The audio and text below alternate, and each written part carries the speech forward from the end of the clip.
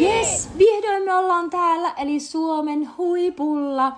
Me tehtiin siis täällä Utsjoella sellainen kolmio, eli ajettiin ensin Karikasniemelle, jossa me yövyttiin meidän seuraajan mökin pihassa.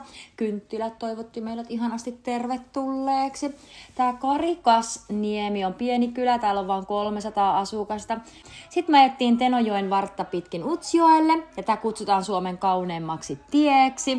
No, ei ollut meidän mielestä kaikkein kaunein, mutta löydettiin yksi aivan ihana pysäkki, josta katsottiin sitten maisemia, tuntureita ja Tenojokea. Se oli täydellinen hetki. Utsjoella me lähdettiin testaa Annukan grillin hamppareita, joita meille mainostettiin paljon.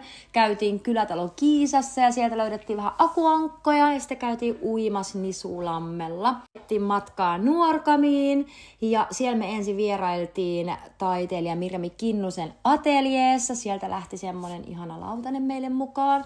Ja sitten vihdoin saavutettiin paikka, jota me ollaan odotettu alusta lähtien, eli Suomen pohjoisin piste. Jee, eka kertaa täällä. Siellä rajalla me leikittiin, että toinen jalka on Norjassa, toinen Suomessa. Ruvettiin miettiä, lähettäisikö Norjaan.